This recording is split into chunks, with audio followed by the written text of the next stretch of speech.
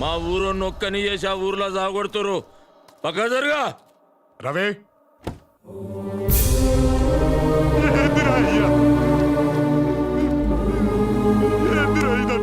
నీ ఒంటి మీద పడ్డ ఒక్కొక్క దెబ్బకి ఆ ఊరిలో ఒక్కొక్క చెయ్యి తెగి పడుద్దురా రవి. అంతేనా? ఇంకా వేసేయమంటారు అనుకున్నానే. ఈ రోజు వీడికి ఇలా జరగడానికి కారణం వాళ్ళు మాత్రమే కాదు సార్, మీరు కూడా. మరి మిమ్మల్ని ఏం చేయాలి? ఒక అన్నగా వాడి పక్కన నిలబడి మీరే కదా సార్ వాడికి జీవితాన్ని ఇచ్చింది. కానీ వాడు మీకు కూడా చెప్పకుండా పారిపోతున్నాడంటే దానికి కారణం ఏంటో తెలుసా సార్? అన్నిట్లో అండగా ఉన్న మీరు వాడి ప్రేమకి ఎక్కడ అడ్డుగా నిలబడతారోనన్న భయం సార్ వాడికి.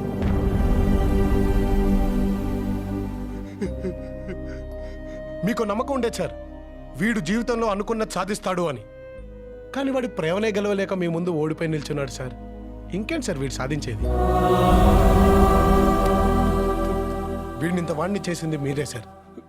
వీడి మీద అన్ని హక్కులు కూడా మీకే ఉన్నాయి. అండగా ఉంటారో లేదా అడ్డుగా నిలబడతారో మీ ఇష్టం సార్.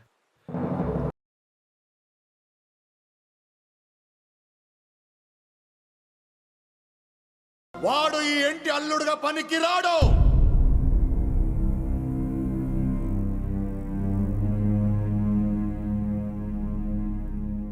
ఇలాంటి వాడిని నువ్వు ప్రేమించింది మర్చిపోవాడిని.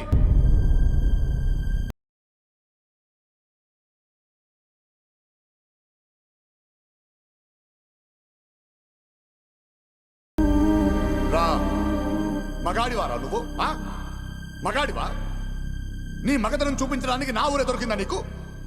25 ఏళ్ల వైరాన్ని 10 నిమిషాల్లో పోగొట్టేంత మునగాడివా నువ్వు? ఈ ఇంట్లో ఉండేవాడివి కాకపోయి ఉంటే ఈ పాటికి శవమైపడి ఉండేవాడివి. నిన్ను ఇంతగా ద్వేషిస్తున్నా ఇంకా ఇంటిని పెట్టుకుని వేలాడుతున్నావే, సిగ్గులేదా నీకు?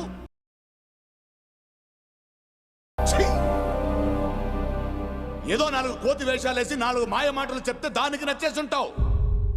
కానీ ఇంటికి కాబోయే అల్లుడు అవ్వాలంటే దానికి మాత్రమే నచ్చితే సరిపోదు. ఆయనకి నచ్చాలి, వాడికి నచ్చాలి, దానికి నచ్చాలి, నాకు నచ్చాలి, ఈ ఊరికి నచ్చాలి.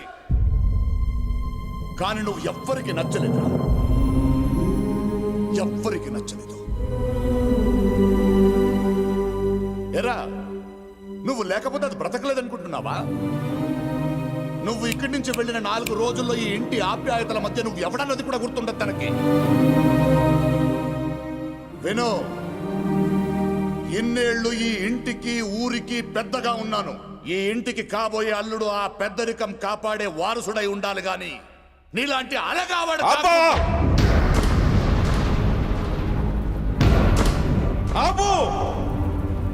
అసలు తన గురించి ఈ ఊరేమనుకుంటుందో దాకా వెళ్ళావు, ఈ ఇల్లు ఏమనుకుంటుందో తెలుసా?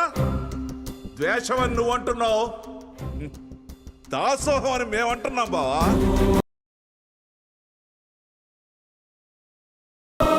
మగతనం పెద్దరికం గురించి మనం మాట్లాడుకోకూడదు బావా. ఇంటికి పిలిచి మనుషులు పెట్టి కొట్టించాలని చూసినా ముఖం మీద చిరునవ్వు చెరగకుండా మన మధ్య తిరుగుతున్నాడే, అది బావా పెద్దరికం అంటే. పంపించి నా కొడుకులు బొక్కలు ఎరగదన్నాడే, అదే బావా మగతనం అంటే. బాబాయ్ ప్లీజ్ మీరు ఆగండి. నువ్వు ఆగు బాబు. ఏంటి నేను ఇలా మాట్లాడుతాను ఇంట్లోంచి గెంటేద్దాం అనుకుంటున్నావేమో? ఇన్నాళ్ళు ఆ భయంతోనే బతికాం. మేమెక్కడికి వెళ్ళినా తలెత్తుకుని బతకగలమనే ధైర్యం ఇచ్చాడు బావ ఇతను మాకు. ధైర్యం ఇచ్చాడు.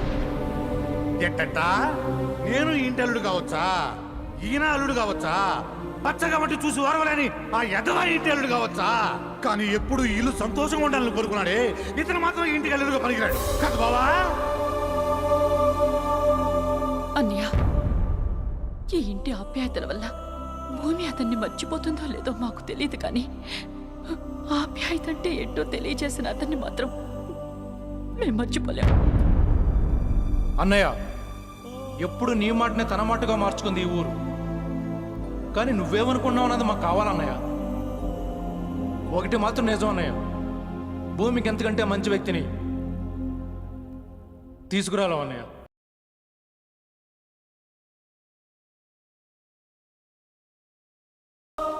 సార్ మీరు ఇవన్నీ పట్టించుకోకండి. మీరన్నట్టు ఏదో నా కోతి వేషాలు చూసి వెళ్ళేలా మాట్లాడు. ఇన్నేళ్లు వీళ్ళు నన్ను గౌరవంగా చూస్తుంటే అది నా మీదున్న ప్రేమ వల్ల ఇష్టం వల్ల అనుకున్నాను. కానీ అది నా మీదున్న భయం వల్ల అని తెలిసేటట్టు చేసావు కదరా. సార్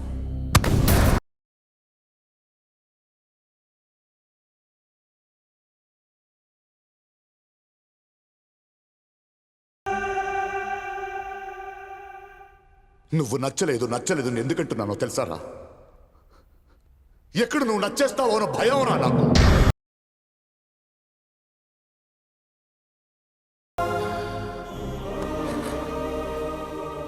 చిన్నప్పుడే ప్రేమించే నాన్నను దూరం చేసుకున్నాను. పెళ్ళైన 2 ఏళ్లకి నా జీవితం అనుకున్న నా భార్య నాకు దూరం అయ్యింది. ఆ తర్వాత ఇదేరా నా ప్రాణం, ఇదే నా లోకం. కానీ ఇప్పటివరకు తనకు చెప్పలేదు.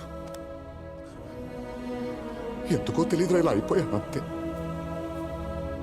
ప్రేమతో మాట్లాడడం మర్చిపోయాను రా. నా తోడపుట్టిన చెల్లెళ్ళను దూరం పంపించలేక ఇంట్లో పెట్టుకున్నాను. అలాంటిది నా కూతురు ఎవడినో ప్రేమించిందని తెలిసాక ఎక్కడ నా నుంచి దూరం అయిపోతుందో అన్న ఆలోచన రా నాది. అక్క కొడుకిస్తే నా కూతురు నా కళ్ళ ముందే ఉంటుందన్న స్వార్థం రా నాది. అందుకే నిన్ను పిలిపించాను. ఎలాగైనా సరే తన జీవితం నుంచి నేను దూరం చేయాలనుకున్నాను రా. వీళ్ళందరిని అడ్డం పెట్టుకుని నేను గెలవాలనుకున్నాను రా. నువ్వే గెలిచావు. సార్ ఓడిపోయాను రా, ఓడిపోయాను.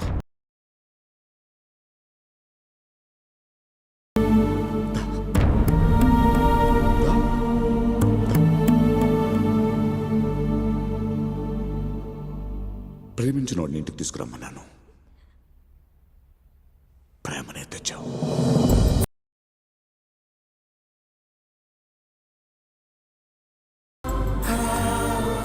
నచ్చాడు.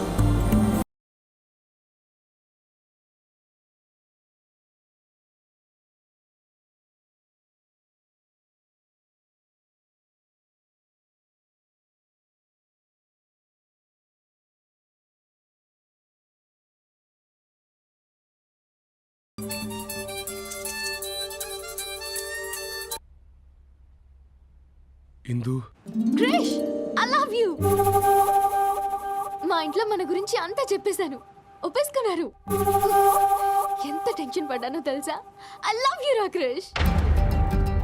మీ ఇంట్లో కూడా ఒప్పేసుకున్నారా?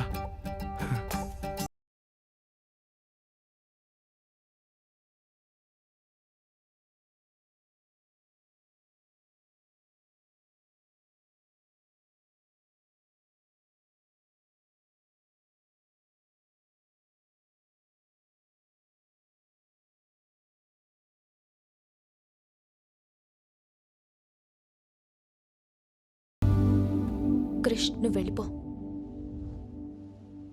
ఏదైతే జరగకూడదనుకున్నామో అదే జరిగింది.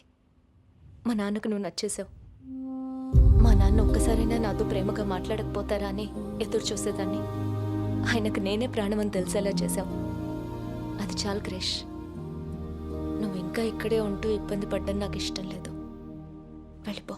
ఇప్పుడు నేను ఇక్కడి నుంచి వెళ్ళిపోయాను అనుకో, మీ నాన్న దృష్టిలో మోసగాళ్ళలో మిగిలిపోతాను. ఈ రోజు కాకపోయినా రేపైనా జరిగేది అది. అయినా అదో పెద్ద ప్రాబ్లం కాదు. కానీ నా మీద ఏ నమ్మకంతో అయితే మీ వాళ్ళందరూ మీ నాన్న ముందు తలెత్తుకొని మాట్లాడారో ఆ నమ్మకమే అబద్ధం తెలిస్తే జీవితాంతం మీరందరూ మీ నాన్న ముందు తలెత్తించుకోవాల్సి వస్తుంది. ఈ ప్రాబ్లం అంతా నేను మీ నాన్నకు నచ్చడం వల్లే. ఆయనకే నిజం చెప్పేద్దాం. నాన్నకా? జరిగిందంతా ఆయనకు చెప్తే ఇప్పుడు ఆయన అర్థం చేసుకుంటారన్న చిన్న నమ్మకం నాకుంది. పద.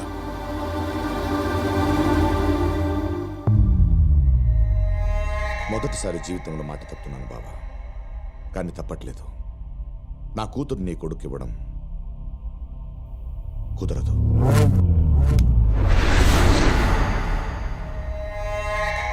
అక్క చచ్చిపోయిందని చెప్పి అక్కకి ఇచ్చిన మాట కూడా చంపేస్తావా బా? అక్క బతుకున్నా కానీ తనను ఒప్పించగలననే నమ్మకం నాకుంది. కానీ మీరు అర్థం చేసుకోవాలన్నదే నా బాధ.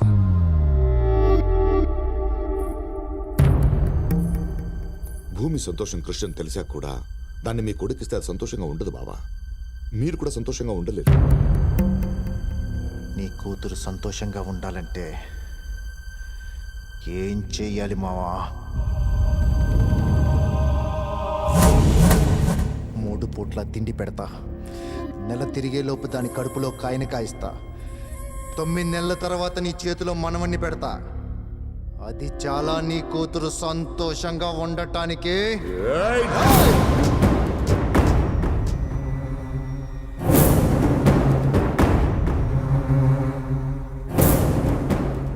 ఇన్ని రోజులు నీకు గౌరవం ఇచ్చింది నీ మీద మర్యాదతో కాదు, దాని మీద ఆశతో.